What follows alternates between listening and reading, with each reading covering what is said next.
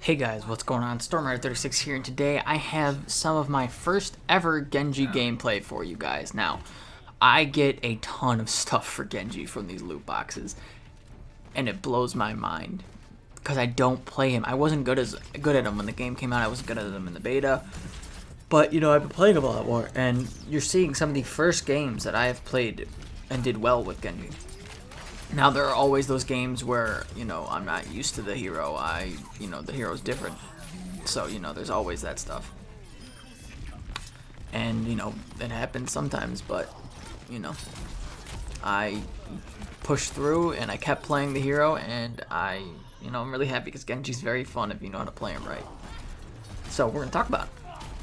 Genji is an offensive character at its peak. He pushes, he fucking does damage, he halts enemy movement, you know, he does it all pretty much. The only thing he can't do is take damage because he only has 200 health. Big deal. So he has a dash. His mobility goes through the roof because he already has a double jump. He already can run up walls. And now he can dash and go a fair amount of distance. He can do it. Like, if you're in a tough spot in your Genji, you can more than likely get out of it. It'll take a skilled player to track you and keep you in their sight and keep you, you know, where you need to be. But, you know, that's Genji. Like, you have to learn this stuff. A lot of the stuff about Genji is learned. And that's what is so interesting about him as a hero, is that he's not someone that you just pick up and are good with. You have to learn him. Like, I'm still not good at his ultimate. Like, I use his ultimate, you're gonna see it, I use it, and I do poorly with it because I still don't understand it. Because I'm still trying to learn and everything. So, it's, you know, it's a struggle, but I'm doing it. So, but, you know, anyway, I digress. So, what I'm really talking about here is the fact that, you know, Genji is very, very unique. He's very, very, you know, he's not your typical hero. He doesn't use a gun or a melee. He's kind of a mixture. He has throwing stars that he throws in two different manners. He throws 3 at a time, or he throws, well, 3 at a time. He throws them in a fan or in a line-based pattern. And the line-based pattern is for the long range, and the other one is for quick short range. There you go. That's Genji. And then he has, you know, all the melee stuff. He has a dash. He has a deflect. The deflect is huge, by the way. It's huge to who Genji is. So he has a dash that counts as a melee attack. So you can dash through somebody, confuse them, and then, you know, you can finish them off from a distance.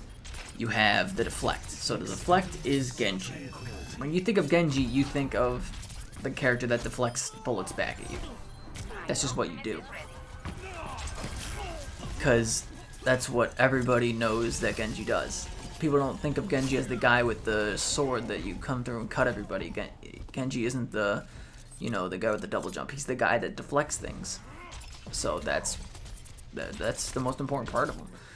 His deflection is projectile based, so you can't reflect like Winston stuff. You can't reflect, what's it called, why can't I think about it? You can't reflect Zarya stuff, you can't reflect, well, energy-based weapons, I guess I should say. It's all bullets and, you know, explosives like Junkrats, and you can even deflect some melee attacks, like Reinhardt's hammer can be deflected.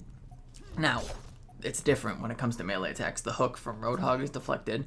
So when Genji deflects something, it becomes his projectile. He becomes the owner of it. It does damage to the person that it hits, and that's that. And it's, you know, it's the same damage that it would do to you, so it's not like it scales higher or lower.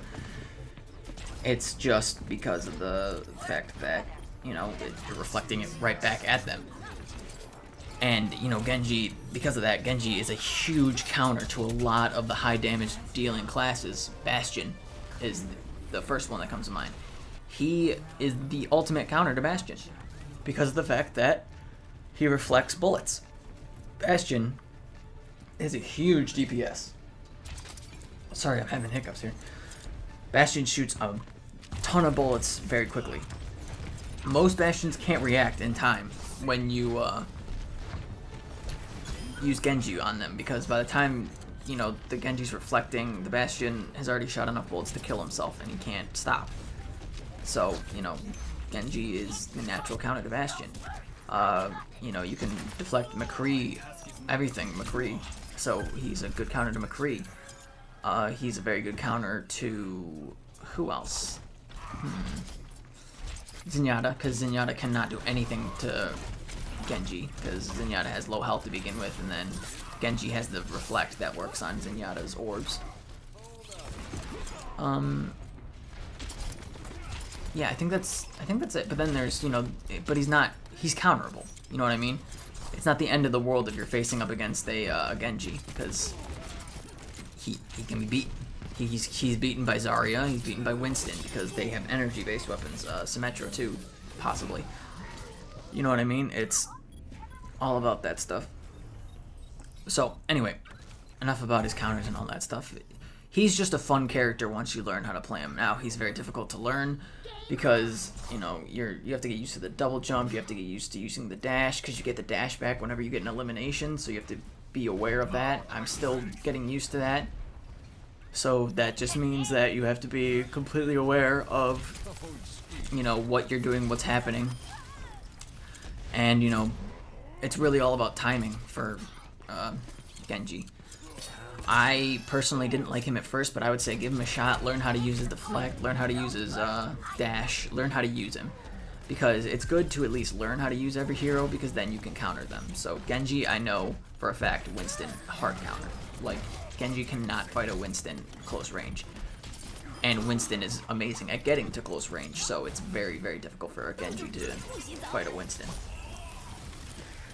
And then we have, you know, Zarya. Genji's a high damage output character, so he charges up Zarya very quickly. And Zarya's things can't be deflected by Genji, so aka, you know, Zarya is a very good counter to Genji. So it's really all about, you know, learning not just your character, but your character's counters, because yes, you may be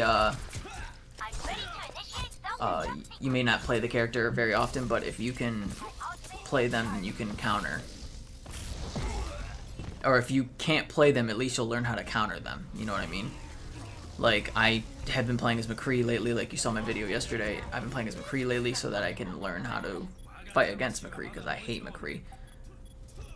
But, you know, it's whatever. But yeah, so that's, you know, just about all I have to talk about. His ultimate is you pull out the sword that is controlled by the dragon, because Hanzo and Genji are brothers, so the dragons go together.